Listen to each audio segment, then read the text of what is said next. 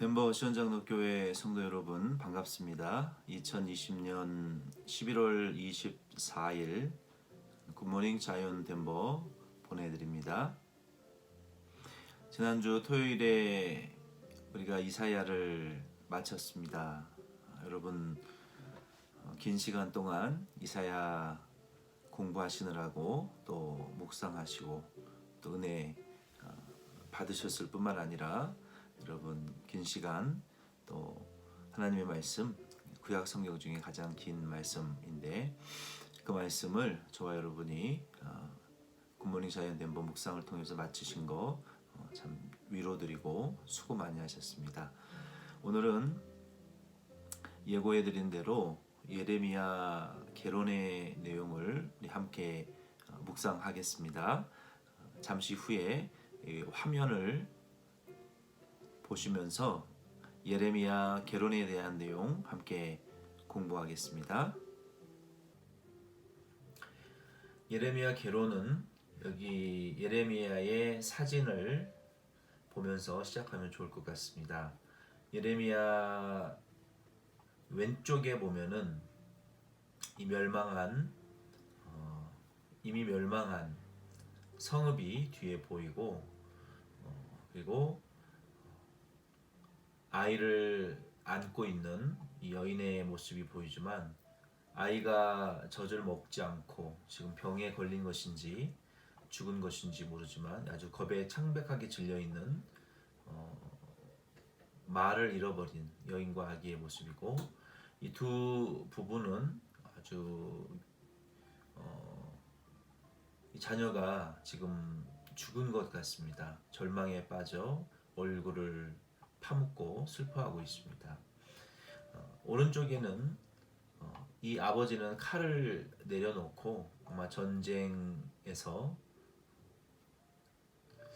패배하고 죽거나 몹시 절망해 있는 상태인 것 같아요.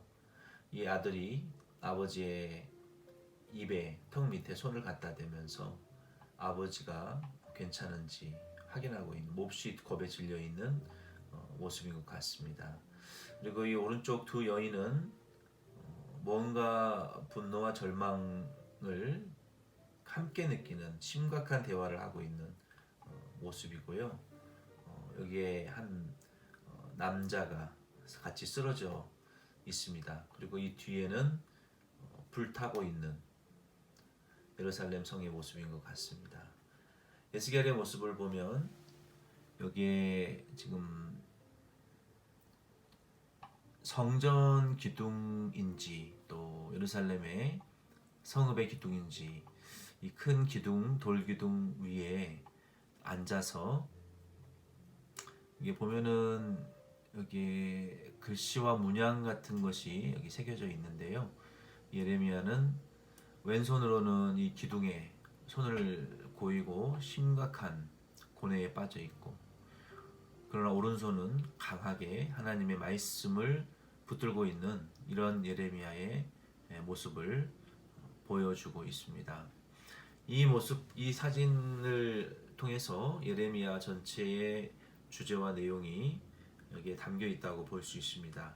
하나님의 이 멸망의 확실함 그리고 그 절망 앞에 탄식하지만 하나님의 약속의 말씀을 굳건히 붙들고 있는 이 예레미야의 오른손에 강한 이 하나님의 말씀대로 남겨진 자들을 통한 소망이 이루어질 것이다 라는 이러한 모습을 보여주고 있습니다.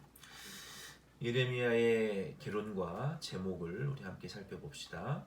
예레미야는 40년 넘도록 동족들에게 핍박을 받았지만 그는 아주 신랄하고 또 동정심이 넘치는 눈물이 정말 많았던 그러한 선지자로서 절박한 심정으로 하나님의 메시지를 전했습니다. 또 예레미야는 자신이 전한 메시지대로 자기 자신이 그 말씀의 표적이 되어 하나님의 뜻을 복종하는 것만이 재앙을 피하는 유일한 길인 것을 충실하게 선포한 선지자입니다. 예레미야의 이름의 의미는 야훼께서 던지시다. 이르메야라고 우리가 읽을 수 있는데요. 야훼께서 세우시다, 또 지정하신다, 보내신다. 야훼께서 하나님의 말씀에 회복을 위한 기초를 놓으신다라는 그 캐스팅 보트와 같이 하나님께서 예레미야를 던지셔서 그를 통해서 이 앞에 보셨던 이 절망적인 상태에서 오른손에 말씀을 굳게 붙들고 있는 것처럼 이 하나님의 말씀을 통해서 이 무너진 모든 기초를 하나님이 다시 세우시고 지정하실 것을, 회복하실 것을 그 이름을 통해서도 예레미야의 사명을 볼 수 있습니다. 이 예레미야의 역사적인 이 배경을 살펴보면 그는 제사장 힐기야의 아들이었고 또 유다 왕국에 대한 실물 교육의 한 방편으로 하나님께서 결혼하지 못하도록 하셨어요. 그의 메시지는 이 바벨론 침략에 아주 확고하고 피할 수 없는 단호한 바벨론 침략으로 인한 멸망의 메시지였습니다. 그래서 그런지 심한 이 핍박을 받았고 고향 아나돗으로부터 배척과 위협을 당했으며 심지어 예루살렘의 제사장들과 예언자들에게까지도 생명의 위협을 받았습니다. 그는 족쇄에 매였고 여호야김 왕에게 위협을 받고 도피하고 거짓 선지자 하나냐에 의해서 공식적으로 모욕을 받고 웅덩이에 던져지기도 했습니다. 예레미야는 스바냐, 하박국, 또 다니엘 그리고 에스겔 등과 같은 동시대에 활동했던 선지자였습니다. BC 627년에서 580년까지 활동을 했는데요. 이 요시야 때에는 비교적 순조로운 선지자 사역을 했습니다. 그러나 두 번째 여호아하스 왕 때에는 결국 이 왕은 3개월밖에 치리하지 못했고 애굽으로 끌려가게 됩니다. 여호야김 때는 예레미야의 경고, 하나님의 말씀을 거부하다가 여호야김이 결국 바벨론에 대적하고 바벨론의 포로로 잡혀가게 됩니다. 그리고 마지막 시드기야 때에는 예레미야가 활동했던 그 마지막 왕인 시드기야, 유다 마지막 왕입니다. 이 애굽과 동맹을 맺으려고 했던 것이 하나님의 말씀을 어기고 결국 기원전 586년 전에 애굽에 점령당하고 파괴당하는 그러한 구실을 주었습니다. 이 네 명의 왕, 요시야 때만 순탄하게 했지 이 네 명의 왕이 통치하던 기간 동안에 예레미야는 참으로 힘든 선지자의 삶을 살았습니다. 예레미야서의 주제와 목적은 하나님께서는 인내가 많으시고 거룩하시고 심판을 너무 늦추시며 너무 늦기 전에 그의 백성들로 회개하도록 촉구하시는 분이라는 그러한 메시지를 보여주는데 예레미야 18장 1절로 4절 말씀과 19장 10절로 11절 말씀에 보면은 그 토기장이가 진흙으로 그릇을 만들었는데 그게 조금 깨어지고 잘못 나온 그릇이라 할지라도 그 진흙이 마르기 전에는 수선되고 수정되어질 수 있다는 것입니다. 하나님의 심판이 임하기 전에는 유다 백성들도 회개하고 고침을 받을 수 있는데 그러나 만약 이 토기가 말라버리게 되면 그것은 고칠 수 없다는 것이죠.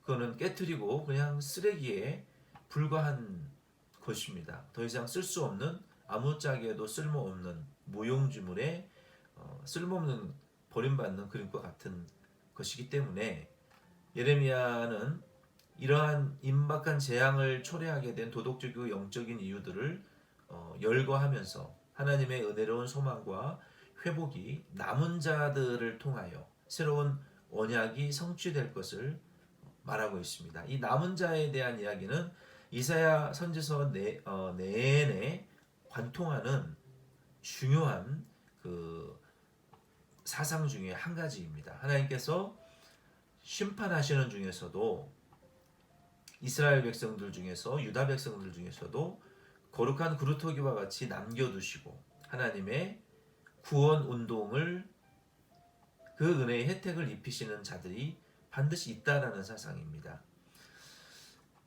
예레미야의 핵심 구절은 예레미야 7장 23절부터 24절 말씀까지입니다.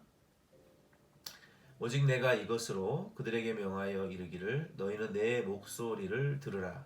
그리하면 나는 너희 하나님이 되겠고 너희는 내 백성이 되리라. 너희는 나의 명한 모든 길로 행하라. 그리하면 복을 받으리라 하였으나 그들이 청종치 아니하며 귀를 기울이지도 아니하고 자기 악한 마음의 꾀와 강팍한 대로 행하여 그 등을 내게로 향하고 그 얼굴을 향치 아니하였으며 또 핵심 구절은 예레미야 8장 11절로 12절에 그들이 내 딸 백성의 상처를 심상히 고쳐주며 말하기를 평안하다 평강하다 하나 평강이 없도다. 그들이 가증한 일을 행할 때에 부끄러워하였으나 아니라 조금도 부끄러워 아니할 뿐 아니라 얼굴도 붉어지지 아니하였느냐. 그러므로 그들이 엎드러질 자와 함께 엎드러질 것이라. 내가 그들을 벌할 때에 그들이 거꾸로 지리라. 여호와의 말이니라. 핵심장은 예레미야서 31장입니다. 예레미야의 모든 심판과 징계의 메시지들 한 가운데서 31장에 놀라운 약속이 위치하고 있습니다. 비록 유다가 그 약속을 파기했지만 하나님께서는 나의 법을 그들의 속에 두며 그 마음에 기록하여 나는 그들의 하나님이 되고 그들은 내 백성이 될 것이라 라고 31장 33절에 말씀하셨어요. 그러므로 하나님께서 새로운 언약을 세우실 것, 앞에서도 말씀드렸던 것처럼 이 하나님의 새로운 언약, 이러한 도덕적이고 영적인 타락과 심판이 있지만 하나님이 남겨둔 자들을 통한 새로운 언약을 이루시겠다라는 말씀입니다. 결국은 이 새로운 언약은 마태복음 26장 26절로 29절에 보면은 메시아 예수 그리스도께서 십자가에 달려 죽으시고 부활하심으로 이 남겨둔 자들을 통한 새로운 언약의 효력을 발휘하게 된다는 것입니다. 그래서 오늘날도 하나님이 유대인들은 버렸지만 이방인들 가운데에 구원하시고 그리고 이제는 이방인들이 구원받는 것을 보고 유대인들이 시기가 나서 그들 중에도 남은 자들 예수 믿고 구원받을 자들이 있고 이 세상도 심판에 처해져 있는 것은 확실합니다. 그러나 하나님께서 그 중에서 남은 자들을 남겨놓으시고 구원하시고 모든 백성과 민족과 족속과 방언 가운데에 복음이 땅끝까지 전파된 이후에 예수님이 재림하실 것을 약속하셨습니다. 이 예레미야서에 나타나 있는 우리 예수 그리스도까지 하면 이제 마칠 수 있겠습니다. 예레미야서에 나타난 예수 그리스도의 내용은 이사야서와 공통점이 있습니다. 장차 올 목자, 한 의로운 가지, 또 장차 새 언약을 가져올 자.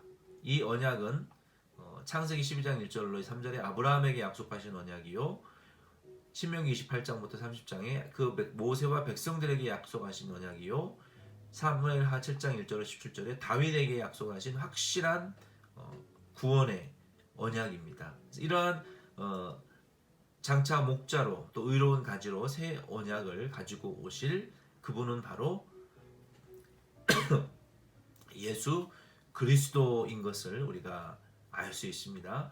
이 한 의로운 가지에 대한 내용은 또 이사야서 4장 말씀에도 동일하게 약속되어져 있는 말씀이에요. 그래서 이 의로운 가지 또 여호와의 구원의 의로운 싹이라고 이사야 4절에 표현되어 있는데요. 장차 올 목자 새 언약을 가져오실 이 분이 예수 그리스도 메시아 예수 그리스도인 것이라고 우리가 믿습니다.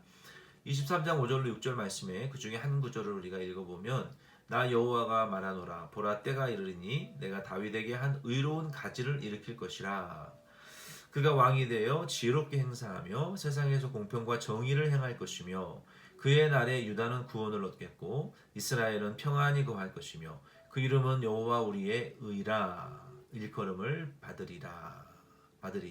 여호와 우리의 의 그렇죠. 예수 그리스도께서는 우리의 의가 되시는 분이시죠. 그래서 구약 성경에는 이 다윗의 한 다윗을 통해서 오시는 한 의로운 가지. 그래서 우리가 지난 4주 동안 추수감사주일을 앞두고 살펴보았던 룻기의 말씀을 보게 되면은 거기에는 보아스를 통해서 룻이 다윗의 할아버지 오벳을 낳게 되고, 또 구약에 등장하는 정말로 상식적이고 도덕적으로 옳지 않은 다말과 같은 여자, 그리고 또 다윗이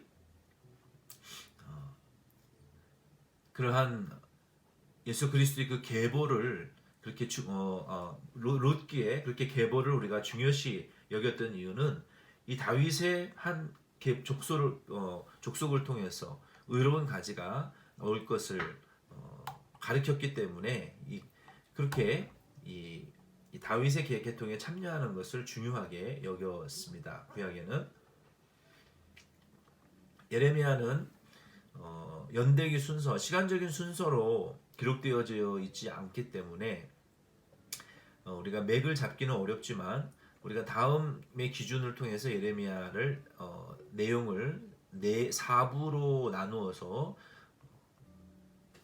정리하면 좀 기준을 잡을 수 있습니다.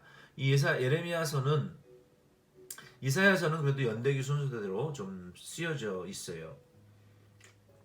예레미야는 12편의 설교로 구분을 지을 수가 있습니다. 먼저 1부의 내용에 보면은 예레미야의 소명에 대해서 1장 1절로 19절에 기록되어 있고요. 이제 2부와 3부, 4부에 예레미야의 12번의 설교가 기록이 되어 있습니다. 마치 신명기도 모세의 설교이고, 또 사도행전에도 사도들의 설교가 많이 기록이 되어 있는데요. 여기 2부에는 유다를 향한 예언들 2장에서 45장까지 굉장히 긴 내용입니다. 유다를 향한 메시지가 굉장히 길고, 그리고 3부에서는 이방인들을 향한 예언들이 46장에서 51장 말씀까지, 그리고 예루살렘의 멸망으로 52장에서 52장 말씀까지 예레미야가 끝나게 됩니다. 그리고 이 가운데에 우리가 앞서 보았던 예레미야를 통해서 하나님께서 이루실 그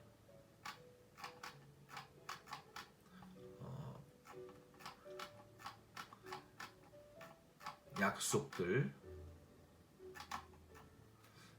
못 찾겠네요. 그러한 약속과 새 언약을 우리에게 보여주시는 말씀입니다. 그래서 이와 같이 우리가 예레미야의 개론을 함께 공부하고, 이제 목요일부터 예레미야 1장 1부의 말씀 함께 시작하겠습니다. 여기서 예레미야 개론을 마칩니다.